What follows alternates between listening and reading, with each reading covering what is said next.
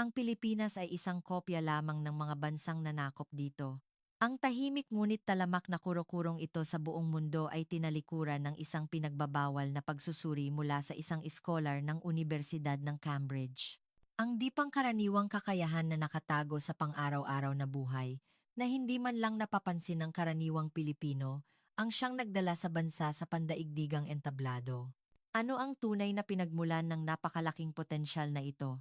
Bakit ang isang kapuluan, nasalat sa likas na yaman at napaliligiran ng mga higanteng bansa at dating mananakop, ay hindi kailanman ganap na nalunok sa loob ng libu-libong taon ng kasaysayan, bagkus ay nagpatuloy na nanguna sa ilang aspeto ng mundo. Kapag nalaman mo ang sagot, tiyak na makadarama ka ng matinding pagmamalaki sa pagiging ipinanganak na Pilipino. Isang matinding katotohanan ang isisiwalat, nawawasak sa matagal ng tabu. Ipinahahayag na namin ngayon ang tiyak na sandali kung kailan nagbago ng 180 degrees ang pananaw ng mundo na nag-iwan ng matinding paghanga sa Pilipinas. Ang nakamamanghang pagsusuri sa kilos ng mga Pilipino at ang katotohanan sa likod nito ang siyang nagpagulat sa mga bansa sa mundo at nagpagulo sa buong Europa. Isang nakakagulat na katotohanan ang nalantad.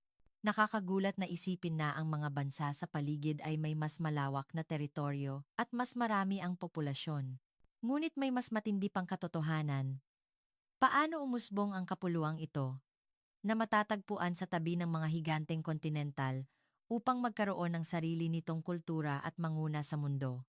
Ating tuklasin ang katotohanang nalantad sa gitna ng matinding pagtatalo ng dalawang iskolar at ang kahulugan ng lahat ng ito sa pamamagitan ng isang partikular na kaganapan. Bago tayo magsimula, pindutin muna ang like button na wala pang isang segundo upang makatulong sa paggawa ng aming video. Magandang araw! Ako si Dr. Liam Turner, isang scholar mula sa Unibersidad ng Cambridge na nag-aaral ng kultura at kasaysayan ng Timog Silangang Asya.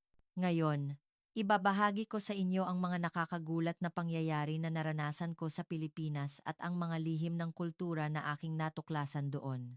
Ang una kong naging interes sa Pilipinas ay nagsimula noong nag-aaral pa ako sa kolehiyo nang may nakita akong libro tungkol sa kasaysayan ng Pilipinas. Naaalala ko pa ang matinding epekto sa akin ng diwa ng pagpupursige ng mga Pilipino na nagawa nilang protektahan ang kanilang kultura sa kabila ng walang humpay na kalamidad at pananakop. Habang matagal akong nag-aaral ng kultura ng Silangang Asya, lalo akong naakit sa kakaibang aspeto ng Pilipinas. Lalo akong nagulat sa matinding kawalan ng balanse sa pagitan ng geographical na sukat ng Pilipinas at ang mga tagumpay na nakamit nila. Ang mga bansang kalapit ay may mas malawak na lupa at mas marami ang populasyon. Paano nagkaroon ng napakalakas na pambansang identidad at pandaigdigang impluensya ang Pilipinas sa ilalim ng ganoong mga kalagayan na limitado ang likas na yaman? Nais kong tuklasin ang lihim na ito. Ang katotohanan na ang Pilipinas ay isang kapuluan ay naging puwersa pa nga upang makabuo sila ng mas matibay na pagka-orihinal at pagkamalikhain. Habang lalo akong nagsasaliksik, lalo kong ninais na malaman kung bakit napakahusay ng Pilipinas kumpara sa mga bansang nakapaligid dito. Kaya, nagpasya akong magsaliksik doon sa loob ng isang taon at lumipad ako patungong Maynila. Pagdating ko sa Naya sa unang araw, ang tindi ng enerhiya na naramdaman ko ay tila humihinga ang buong syudad. Ang tanawin ng mga makabagong skyscraper na nagtatagpo sa mga sinaunang simbahan at tradisyon ay nagpakita agad sa akin ng lakas ng Pilipinas, isang kakaibang kaibahan sa mga lumang kampus sa Inglaterra. Dito, nagkaroon ako ng pakiramdam na may matutuklasan akong talagang espesyal. Makalipas ang isang buwan sa Pilipinas, ginanap ang isang simposyum akademiko sa paghahambing ng kultura ng Timog Silangang Asya sa Unibersidad ng Pilipinas. Angkop ito sa aking tema ng pananaliksik, at nagpapasalamat ako na napabilang ako bilang isa sa mga tagapagsalita. Doon, nakilala ko si Dr. Javier Reyes. Ang kanyang presentasyon ay talagang nakakagulat. Tila hindi niya pinagdududahan na ang kultura ng Pilipinas ay bunga lamang ng impluensya ng mga mananakop at iba pang bansa. Karamihan ng kultura ng Pilipinas ay nabuo sa ilalim ng impluensya ng Kastila at Amerikano. Ang ating wika ay hinaluan lamang ng Espanyol at Ingles. Ang barong Tagalog ay hango lamang sa kasuotang kontinental. Ang Filipino cuisine ay nagmula lamang sa paghahalo ng mga lutuing Sino at Espanyol. Maging ang sining ng ating mga jeepney ay galing lamang sa mga military vehicle ng Amerikano, patuloy niyang sinabi. Habang siya ay nagsasalita, ang silid ay binalot ng malamig na katahimikan.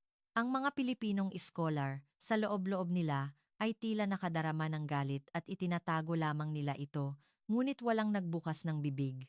Hindi inalintana ng propesor ang kanilang katahimikan at patuloy niyang tinanggi ang mga makasaysayang tagumpay ng Pilipinas.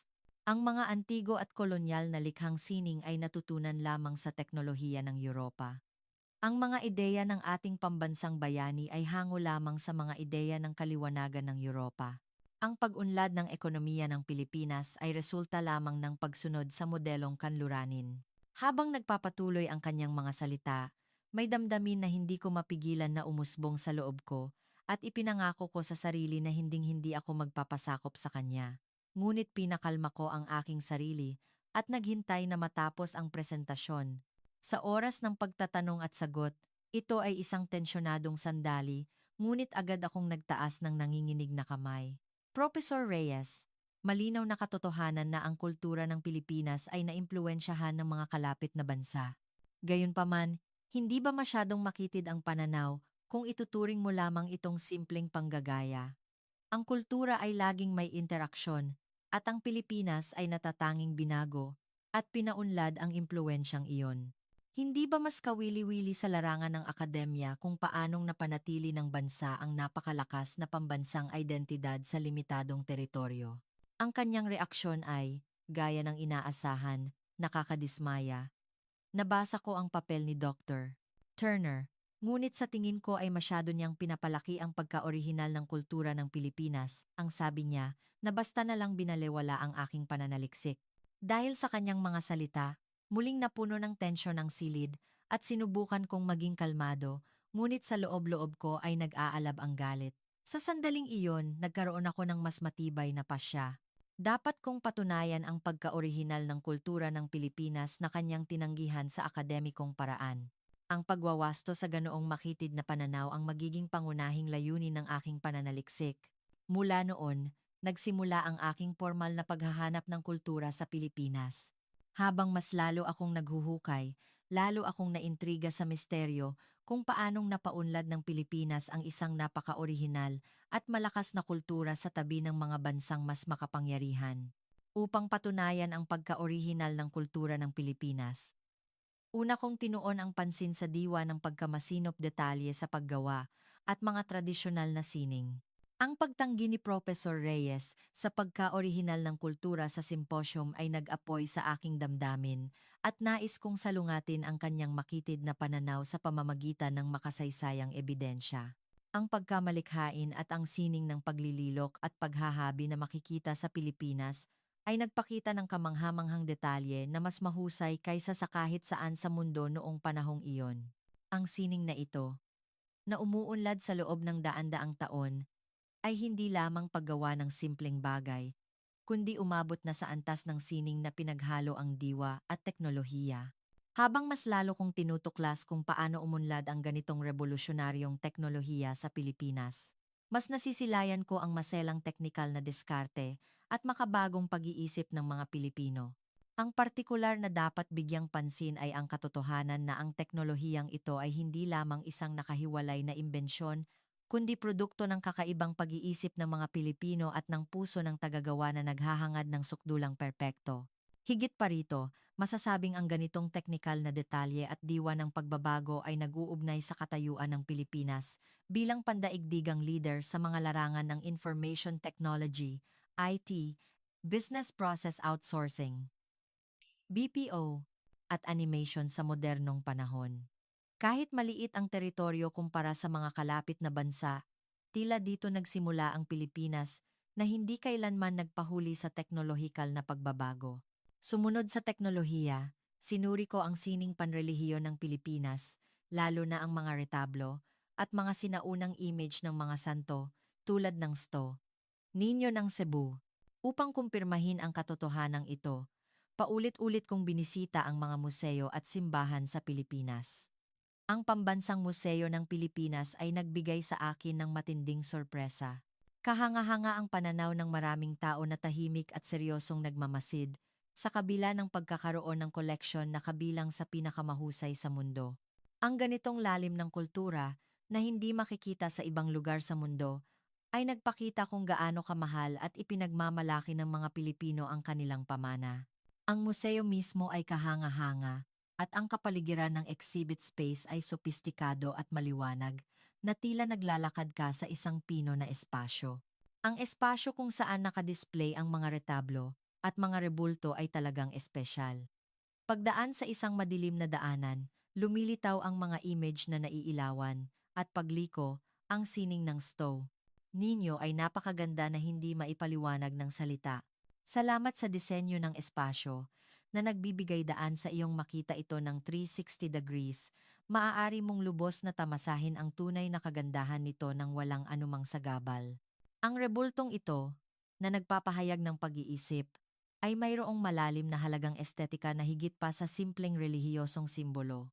Lubos akong naapektuhan nang makita ko ang tala na pinuri ng pilosopo na si Karl Jaspers na walang ganoong kataas na kalidad ng gawa ang natagpuan sa sinaunang Gresya o Roma. Ang detalye at tekstura ng rebulto ng personal, kumpara sa mga larawan, ay talagang nakakapigil hininga, at ang karanasan ay ipinadama sa lahat ng pandama, hindi lamang sa paningin. Gayun din, ang mga sinaunang bagay tulad ng manunggul jar ay mga obra maestra na hindi nagpahuli kumpara sa mga gawa ng anumang kultura sa mundo noong panahong iyon sa detalye at sining. Ang mga dinamikong guhit na nagpapahayag ng universo at kalikasan ay direktang nagpakita ng pananaw ng mga sinaunang Pilipino sa mundo at ng kanilang artistikong kakayahan.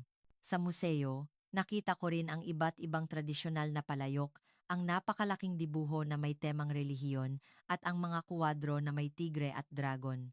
Higit pa rito, mayroong mga mapa ng Pilipinas noong panahon ng Kastila at ang karako automatikong manika na ginawa ng mas maaga kaysa sa kanluran. Ang sopistikadong teknolohiya ng gear ng karako ay sinasabing naging pundasyon ng industriya ng robotics ng modernong Pilipinas. Pagkatapos ng pag-aaral at paghahambing sa mga artifact na ito sa mga pamana ng kultura ng mga kalapit na bansa, nakumpirma ko ang katotohanan na ang kultura ng Pilipinas ay hindi lamang naimpluwensyahan ng mga kalapit na bansa, kundi nagpaunlad ng sarili nitong estetika at teknikal na kakayahan. Sa kabila ng kasaysayan kung saan maraming pamana ng kultura ang sinira sa maraming bansa, kahanga-hanga na naipagtanggol ng Pilipinas ang kanilang mga pamana sa kabila ng maraming giyera at pagsubok.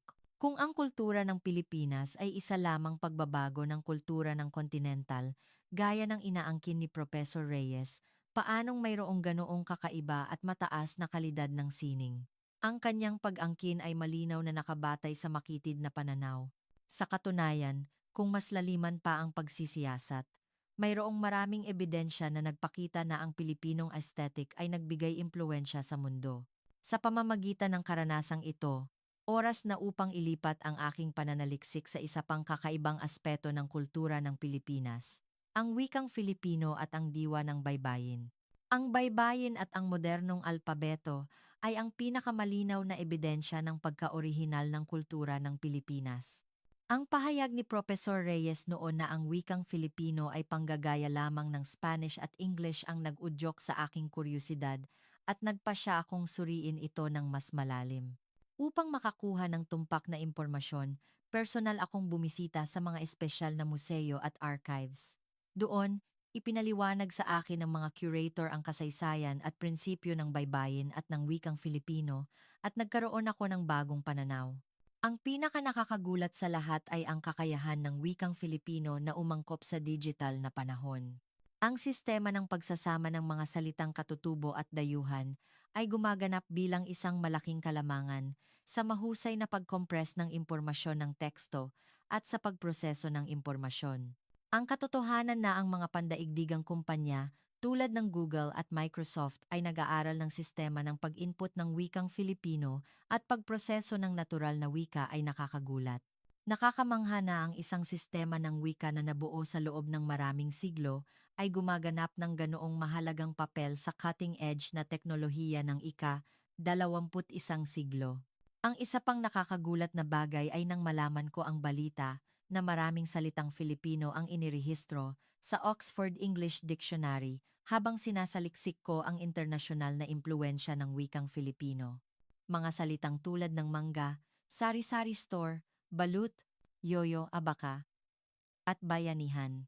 Ang katotohanan na napakaraming salitang Filipino ang nakarehistro sa prestihiyosong diksyonaryo ng Britanya ay malinaw na ebidensya ng pandaigdigang impluensya ng kultura ng Pilipinas. Lalo na, ang konsepto ng bayanihan ay tinukoy bilang isang salita na sumasagisag sa estetika at diwa ng komunidad ng Pilipinas na higit pa sa simpleng teamwork. Habang lumalalim ang aking interes sa wikang Filipino, naakit din ako sa mga dialekto ng Pilipinas.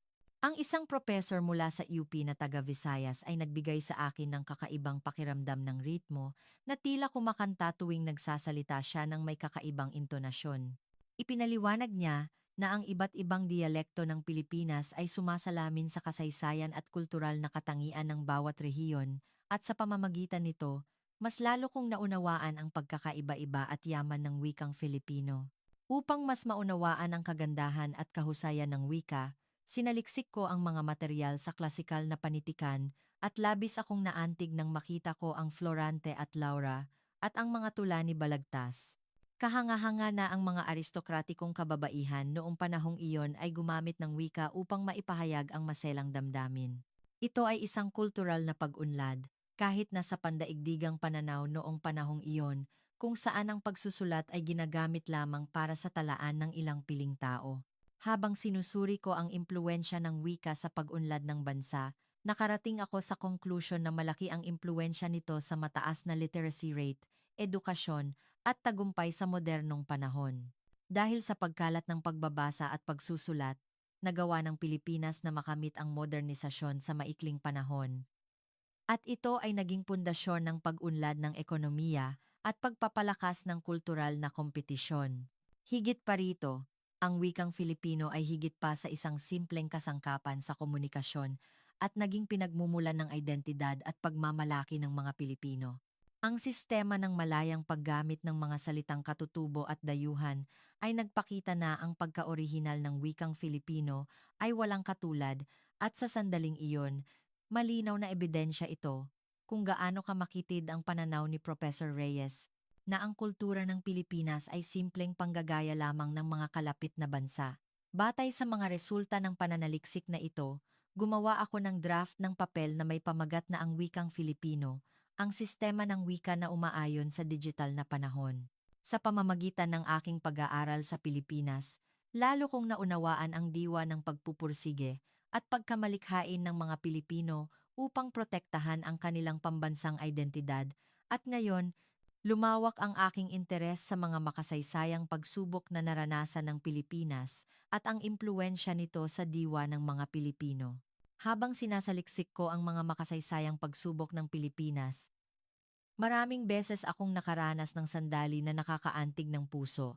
Sa kabila ng maraming desperadong sitwasyon, tulad ng maraming giyera, pananakop, at matitinding bagyo, nagpaunlad ang mga Pilipino ng kanilang sariling kakaibang emosyonal na enerhiya. Sa sentro nito ay ang bayanihan, pagkakaisa, at lakas ng loob. Nang ipaliwanag ng isang kaibigang Pilipino ang damdaming ito, tila nagtugma ang mga piraso ng puzzle sa aking isip. Ang bayanihan ay isang malalim na damdamin ng pagtutulungan, ngunit ang nakakaakit ay ang punto na hindi lamang ito simpleng pag-iisip, kundi nagiging artistikong enerhiya na nakakaapekto sa pag-unlad ng bansa. Tuwing nakakakita ako ng mga eksena ng mga tao na nagtutulungan pagkatapos ng matinding bagyo o ang kanilang tahimik ngunit matinding pagpapahayag ng damdamin, nakakaramdam ako ng kaba. Ang kakayahang ito na tunawin ang kalungkutan at pagkaluma sa kagandahan ang siyang nagpakita sa akin ng tunay na lalim ng kultura ng Pilipinas. Sa kabilang banda, ang pagkakaisa ay isang komplikadong damdamin na sumasaklaw sa lahat ng koneksyon, init, at diwa ng komunidad na hindi ko lubos maisasalin sa Ingles. Naramdaman ko ang pagkakaisa na ito nang binigyan ako ng libreng paninda ng mga nagtitinda sa public market ng Maynila o nang magiliw akong tinulungan ng isang estranghero na naligaw ako sa daan. Ang lakas ng loob ng mga Pilipino, ay isa pang antas ng sorpresa. Mahirap isalin ang salitang ito sa diksyonaryo, ngunit maari itong bigyang kahulugan bilang isang matatag na diwa at pagpupursige na hindi sumusuko sa anumang sitwasyon. Nasaksihan ko ang lakas ng loob na ito sa mga eksena ng mga taong nagtatrabaho ng husto sa pier sa umaga habang nagdadala ng mabibigat na kargamento. At ang pagpupursige at diwa ng Never Say Die ang siyang pinakamahalaga sa aking pananaliksik. Maaaring ito ay tunog luma, ngunit sa katunayan, ito ay nangangahulugang tiyaga at pagtitiyaga na hindi sumusuko hanggang sa huli. Iyon ang diwa ng mga taong bumangon mula sa gulo at pagkatapos ay naging isang ekonomikong kapangyarihan. Nang bumisita ako sa Bantayog ng mga Bayani, Memorial, nakaharap ko ang mga bakas ng pagdurusa na dinanas ng mga tao noong martial law at natigilan ako. Habang tinitingnan ko ang mga nasunog na relic, naisip ko na ang kanilang lakas ng loob na nabuhay at nagtagumpay sa pagbangon mula sa ganitong matinding sitwasyon ay nakaukit sa DNA ng mga Pilipino ngayon. Habang tinitingnan ko ang mga material na ito, nakita ko ang simula ng himala na naging pangalawang pinakamalaking kapangyarihang ekonomiko sa Asya. Noong panahong iyon, mula sa isang ganap na pagkawasak, sa loob lamang ng ilang dekada, ang katotohanan na ang isang bansa na umaasa sa tulong sa ibang bansa ay nagbago upang maging isang bansang nagbibigay ng tulong ay nagpapatunay sa pagpupursige ng mga Pilipino. Isang matandang babae na nakilala ko sa palengke ang nagsabi sa akin, ang dahilan kung bakit kami nabubuhay ay dahil nagtiyaga kami na parang hininga. Nagsikap kami ng husto para mabuhay at bago namin namalayan, nakarating na kami rito. Ang simpleng salitang ito ay tila naglalaman ng kasaysayan at diwa ng Pilipinas.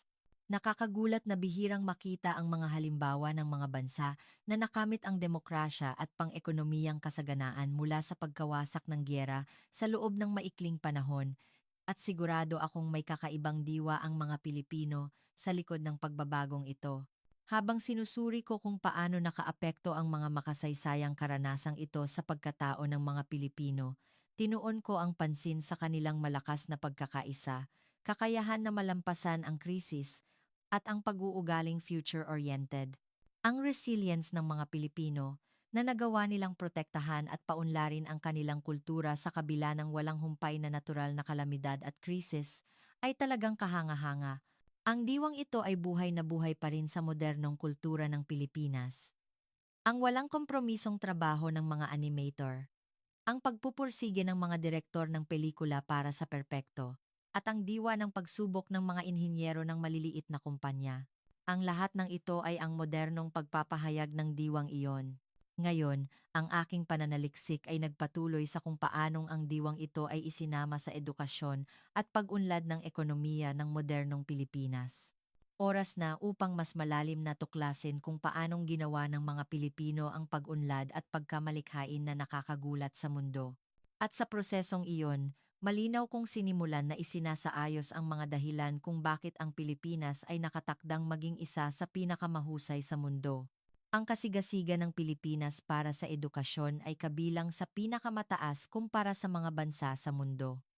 Ang katotohanan na ang literacy rate ay halos 100% ay nagpapatunay dito. Gayunpaman, hindi lamang ito simpleng statistikal na numero, kundi ang mga nakakaantig na kwento sa likod nito ang lalong nagpahanga sa akin. Ang pinaka-nakakaapekto ay ang dedikasyon ng henerasyon noong pagkatapos ng giyera na isinakripisyo ang lahat para sa edukasyon ng kanilang mga anak sa gitna ng kahirapan. Ang volunteer work na sinalihan ko kasama ang isang professor ng UP sa isang nursing home ay nagdala sa akin ng mas malalim na pag-unawa sa edukasyon ng Pilipinas. Doon, may isang matandang babae na mahigit 80 taong gulang ang nagkuwento sa akin. Wala kaming pera, pero napagtapos ko ang 3 kong anak sa kolehiyo. Nagtinda ako ng gulay sa palengke sa umaga at naghugas ng pinggan sa gabi hanggang sa akala ko ay mababali na ang aking likod. Pero ngayon, matino silang lahat. Iyon ang buhay ko. Nang hawakan ko ang kanyang mga kamay na may mga marka, naramdaman ko ang puwersa na nagdala sa Pilipinas sa mabilis na pag-unlad ng ekonomiya. Maraming matatanda sa nursing home ang masaya na ikuwento ang tagumpay ng kanilang mga anak kumpara sa kanilang sariling buhay. Kahit na hindi kami nagkakaintindihan sa wika, ang pagmamalaki na naramdaman ko sa kanilang mga mata tuwing ipinapakita nila ang mga larawan ng kanilang mga anak ay mas malakas kaysa sa anumang wika. Isang matandang lalaki ang humawak ng mahigpit sa aking kamay. Kinuha ang kanyang lumang wallet mula sa bulsa at ipinakita sa akin ang mga larawan ng kanyang mga anak at apo. Isa-isa. Sa huli, itinuro niya ang larawan ng kanyang apo na may peach at lumuha.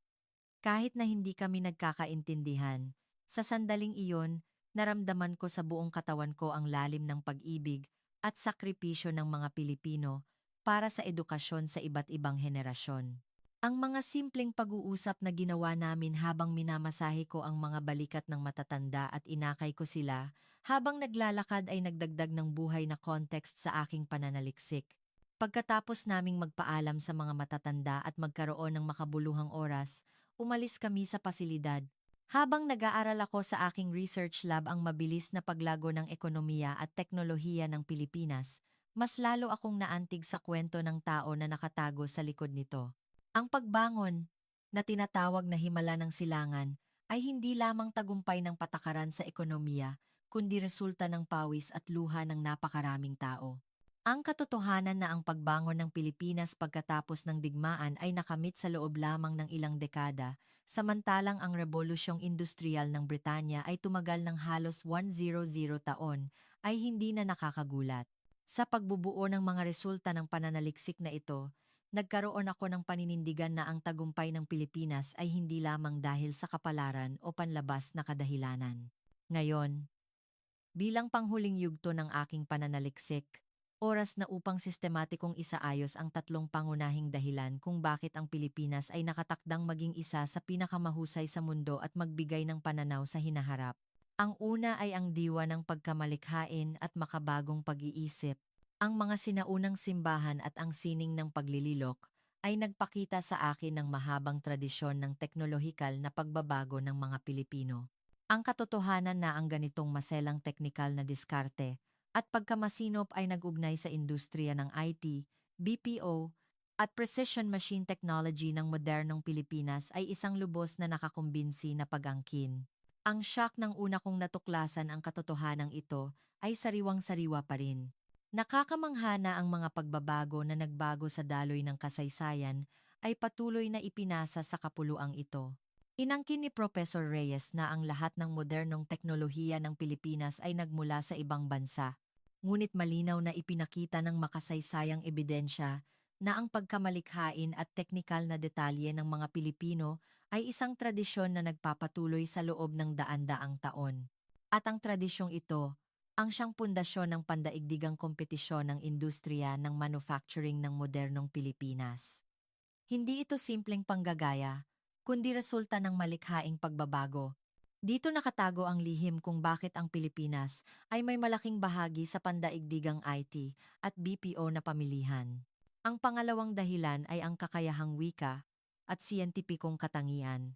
Ang wikang Filipino, na gumagamit ng mga salitang katutubo at dayuhan, ay higit pa sa isang simpleng sistema ng wika, kundi isang makabagong sistema na mahusay na nagpoproseso ng impormasyon.